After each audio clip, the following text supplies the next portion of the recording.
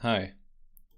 So let's carry on with our electric setup. I've been through this, everything is named now and tidied up a little bit. And I keep playing through here and bearing in mind that the drone is actually invisible for the first 24 frames. And the electricity at the moment is starting 20 frames behind the actual transition effect. So I thought it might be nice just to add a flicker of electricity during this section here. So when the drone is still invisible, we get a little flash of electricity that then dissipates and then the transition happens. So I want to add in an extra source here to deal with that. If we come back to our hex deform where we set up our projection lines, I already have just the core here, so I'm going to object merge that in to our arc setup over here. So let's say we want, if I can find it, we want the core. Right, and let me salvage some things from our effects decloak. I want this whole section here, so I want the move to rest, and then I want to be able to move it back to the animated position, and I'm going to use a pop net as well. So I'll take those for now.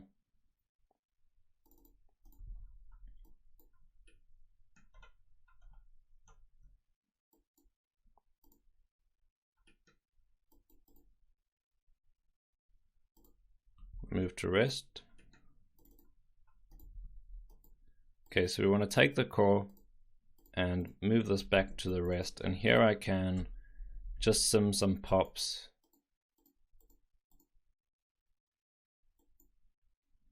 Let's scatter some points over here.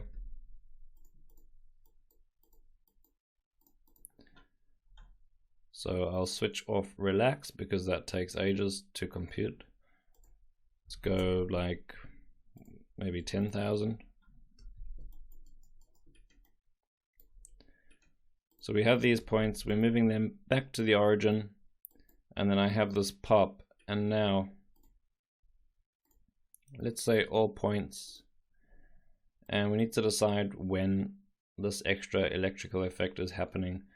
So obviously not at the start. I still want a beat of just transparency and then a flash of electricity before the actual transition. So I'm thinking between 12 and 24 I have some points sourcing.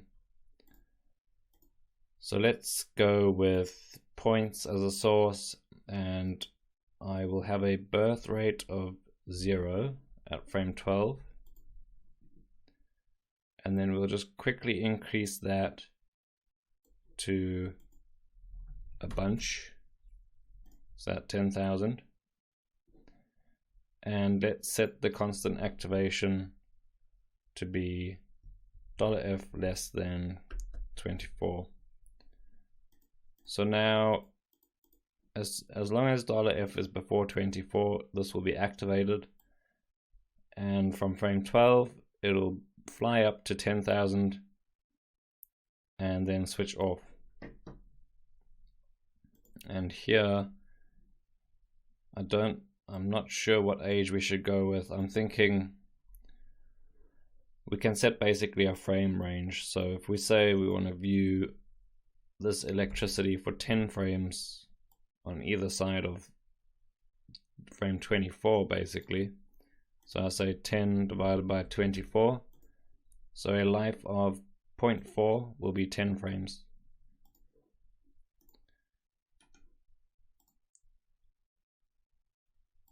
So that's kind of what we've got.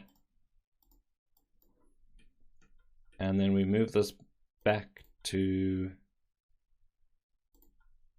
the moving position, but hold on, I need to apply an ID.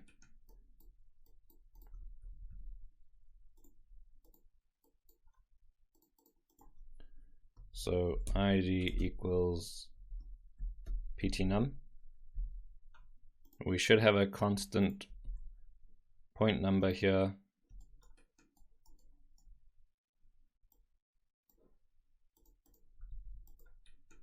Just double check. So there's some points moving, but the point number's not changing. So that should be fine. So we use the deforming point cloud with the ID attribute as a second input.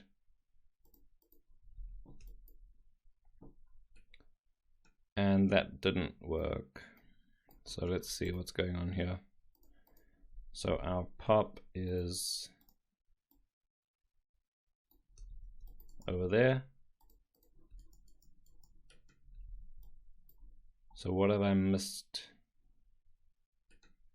Let's check our attributes. So we have, oh, we don't have an NMP.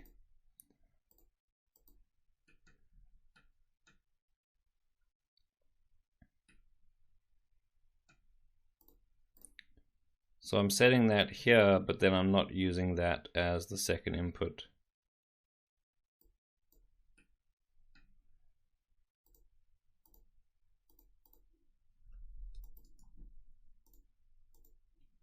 So this works. Even though we're moving the position to the rest, we're still storing the deformed position, so this one, as NMP. So this is our P moved to rest, and our NMP is still pointing at this location here. So according to the ID and the NMP on our wrangle, we're still moving the popnet to the animated position. So there we have it. Now the last thing I want to do is take this fade attribute. We need to make that. So based on age of those points. So we say fade equals ramp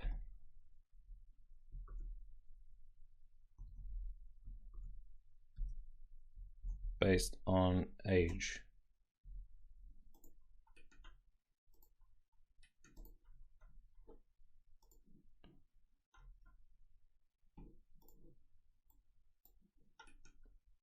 So if I double check our fade ramp here,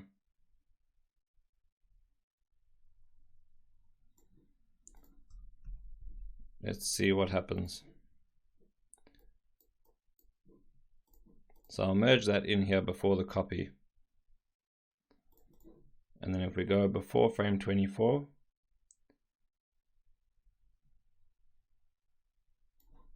I'm going to invert this ramp here. So it'll fly on, and then as it's dying, it'll fade off. So I don't know if we're actually using this color later on, but if we do end up coming back to this, we might want to multiply the colors we have by this faded fall off color. Right, so what's cool about this setup is we can tweak and change and add to the source over here, and we'll just update our whole network. So let's have a look how that works without changing any settings. We'll just do a flipbook with our new electricity at between frames 12 and 24.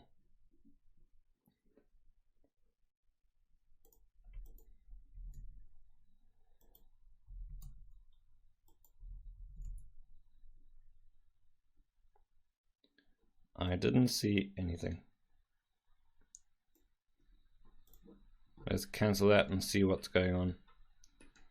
So we have these points, they exist. Merge them in here and it's complaining.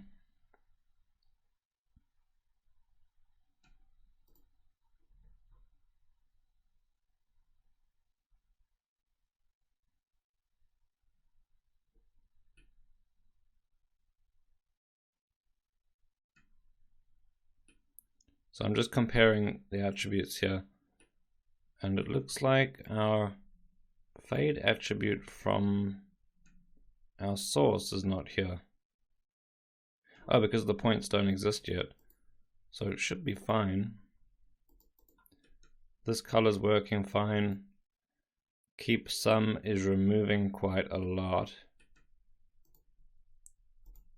I'm going to throw a bunch more points at this, because it might just be that we're removing all of it. So let's go with, what's that, 100,000.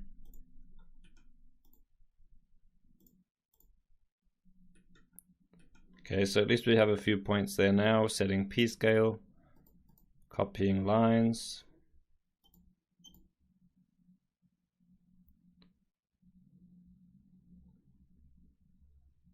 So it's working up until there. Let's just quickly run through the rest of this to see. So that's all good. That's good. Poly wire. We have some branching as well. Okay, so my suspicion is we were just removing most of those points, so there wasn't enough.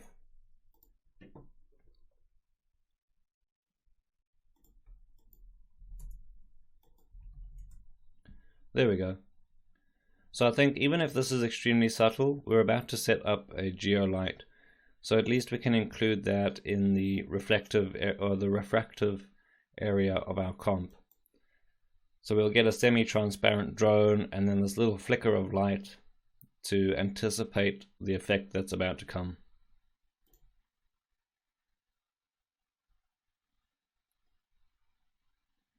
So something like that, that could work.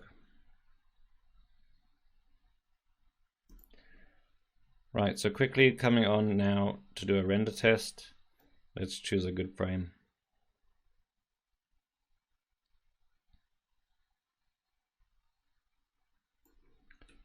Let's go with that.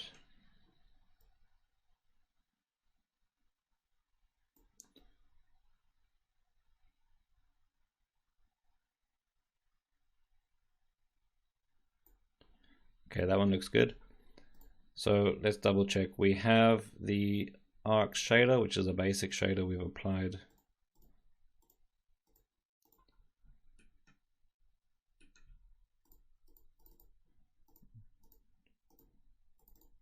Let me just reset all my visualization options here. Okay, and then we have a mantra set up. Let's hit render.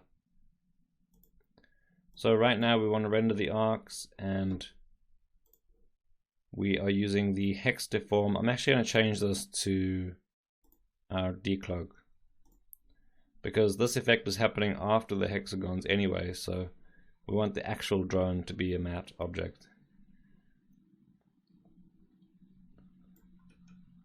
And that looks pretty good width-wise actually. I don't think I need to change anything there. And you can see here the combination of the thinner, more transparent ones and then the slightly thicker ones next to it. So all in all, it's a much more complex looking effect than if we were to remove the secondary noise, which I'll show you quickly. So if I just switch off that one, it looks okay. Once it's moving though, you will miss that extra layer of lines. So those add quite a lot. And now, as I'm about to show you, especially with motion blur, they make a big difference. So for starters, let's just double check our mantra has motion blur enabled. No, so we enable motion blur. And then on our object over here,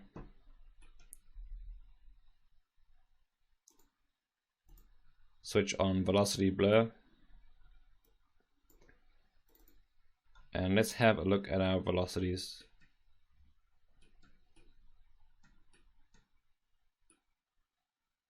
So we do have a velocity attribute, but that's coming from the points, I think. So it should be 0. Yep. So we have a velocity of 0. Now my quick method for adding velocity here is not actually to put down a trail, because you could put down a trail and let the trail compute the velocity, but there's potential for issues using that, especially with our quickly changing point counts and positions. So what I usually do with electricity is I just artificially create a velocity based on the noise. And I find that's a pretty good way, even if it's slightly fake and it's not 100% accurate, it's actually a good way to blur these lines. So basically, if you jump into where we're applying the noise, let's just visualize our V.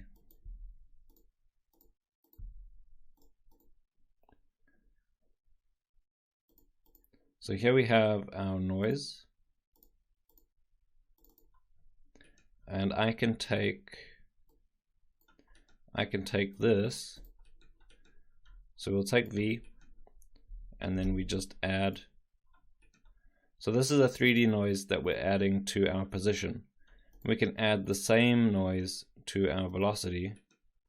It'll offset the velocity in the same direction that it's pushing the point position. So here when I add that to V, we can see that I'm actually applying a velocity. Let me see if I can find a good example over here. So this line is probably flatter, and the noise is pushing the points to update the point position in this direction. And by adding that same noise to the velocity, my velocity vectors are pointing in the same direction that the point's actually moving.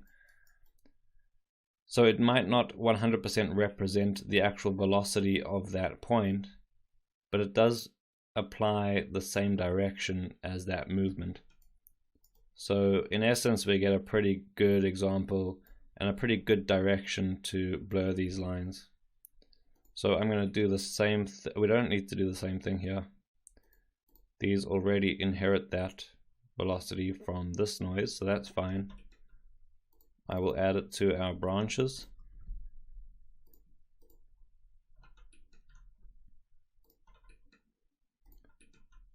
So we just add the same noise to the branches.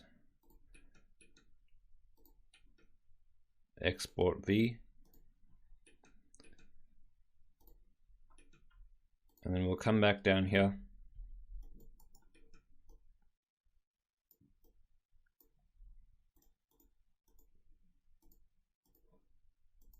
And let's see.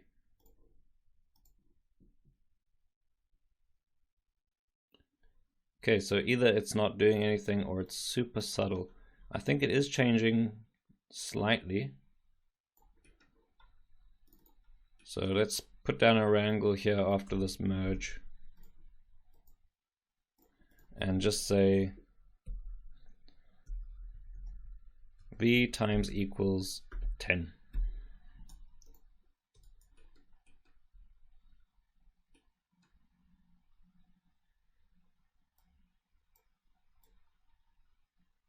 All right, now we're getting something,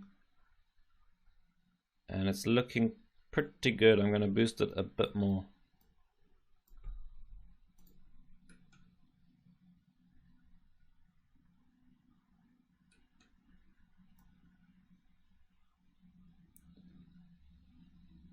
Yeah, that's looking nice. So you can imagine now when this is actually moving in a sequence, this motion blur is going to make a lot of sense.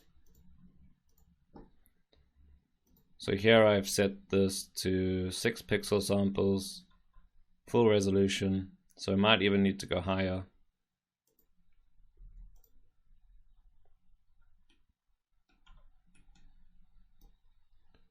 And we're getting some pretty decent blur. So I'm pretty happy with that. And that's a very quick and easy and very stable velocity attribute now on that. Right, what's the last thing we need to do is set up the geolight for this electricity. So I am going to make a duplicate of our drone.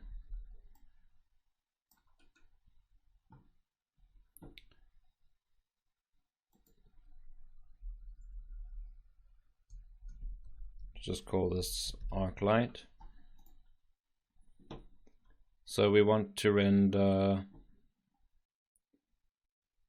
I'll leave this the same as our drone settings, which basically requires that everything is switched off except FX decloak.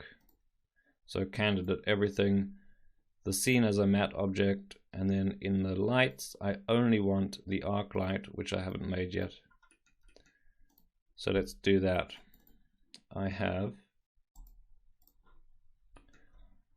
already a geolight null here, which is the same but with the flat color.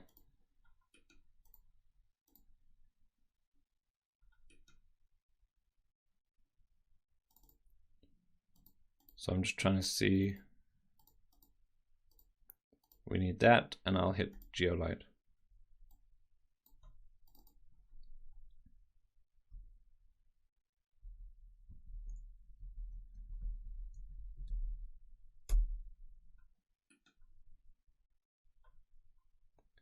So there's our light, and it's pointing to our geolight.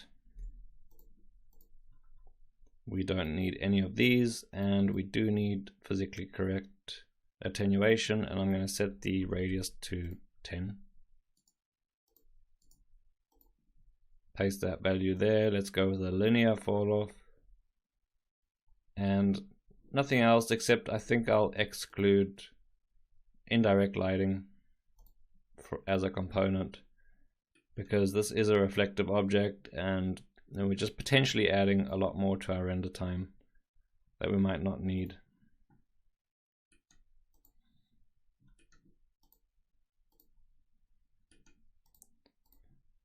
Okay, so I'm just double checking. Let's render arc light.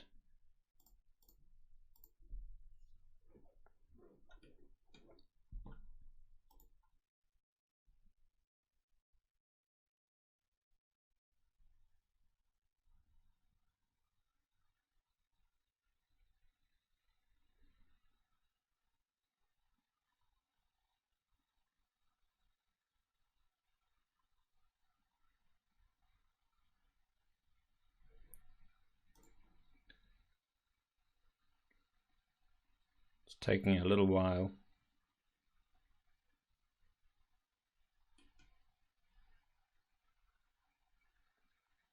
Okay, so here's something slightly confusing.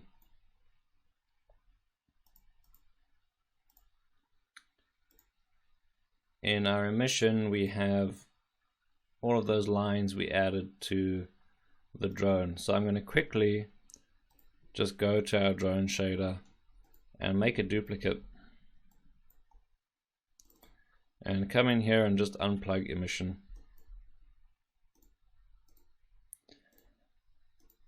And I'll set a take and set that to no emission. This no background is a leftover from scene 1 shot 1, where we removed the environment light, render light geometry, which is actually switched off for now. So we want no emission, auto takes, and then in the no emission take I'm going to change the drone shader from drone to drone 1, which is the no emission, and then I'll just go back to that mantra and make sure that this mantra is using no emission.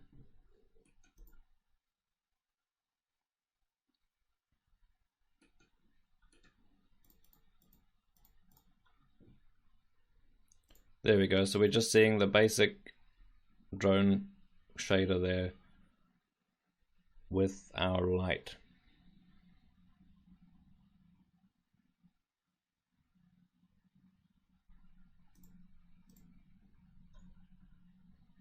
And I've still got this set to all lights, so I'm going to choose my arc light.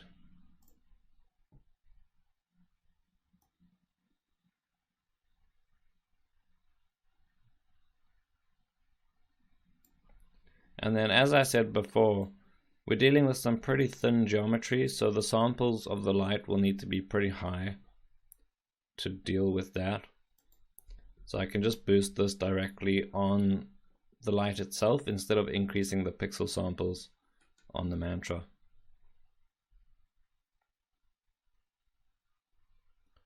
So that actually looks pretty cool. And that's just a basic blue color set quite high. I went crazy with the values on that color. So we haven't had to adjust the intensity or exposure here. What's nice about this is we're actually seeing a bunch of this light in the reflections. So that's the reflection pass there.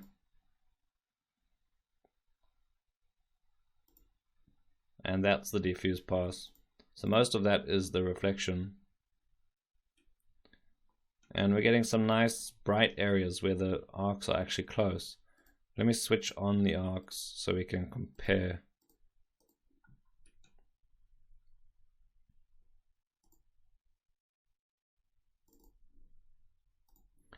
So here we don't need to do anything fancy with this light. Basically we're just checking that our ranges are good, because we're rendering this as a separate mantra now anyway, so we can adjust that in comp.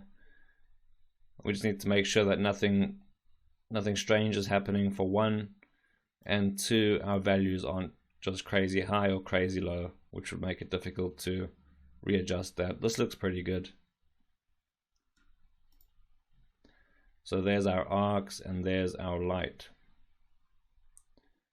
So all in all, a very nice combination there, and I think once this is moving, it should look pretty good.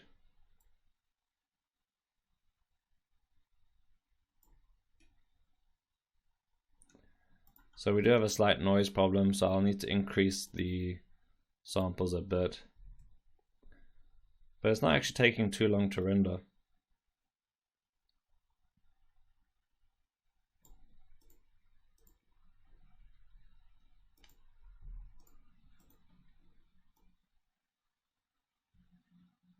And this is basically just using the arc geometry by itself. It's not edited in any way, except to make the color one color instead of using that varying colors of blue.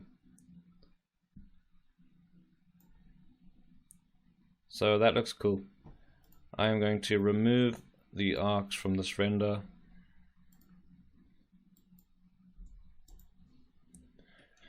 And go ahead and render out these 3 new passes. And just as a tip, in case I haven't mentioned it, I think I have, is I'm duplicating the mantras now because I've set a dollar job pointing at my workshop folder. And then this is predefined for the shot, and all the mantras are then named after here.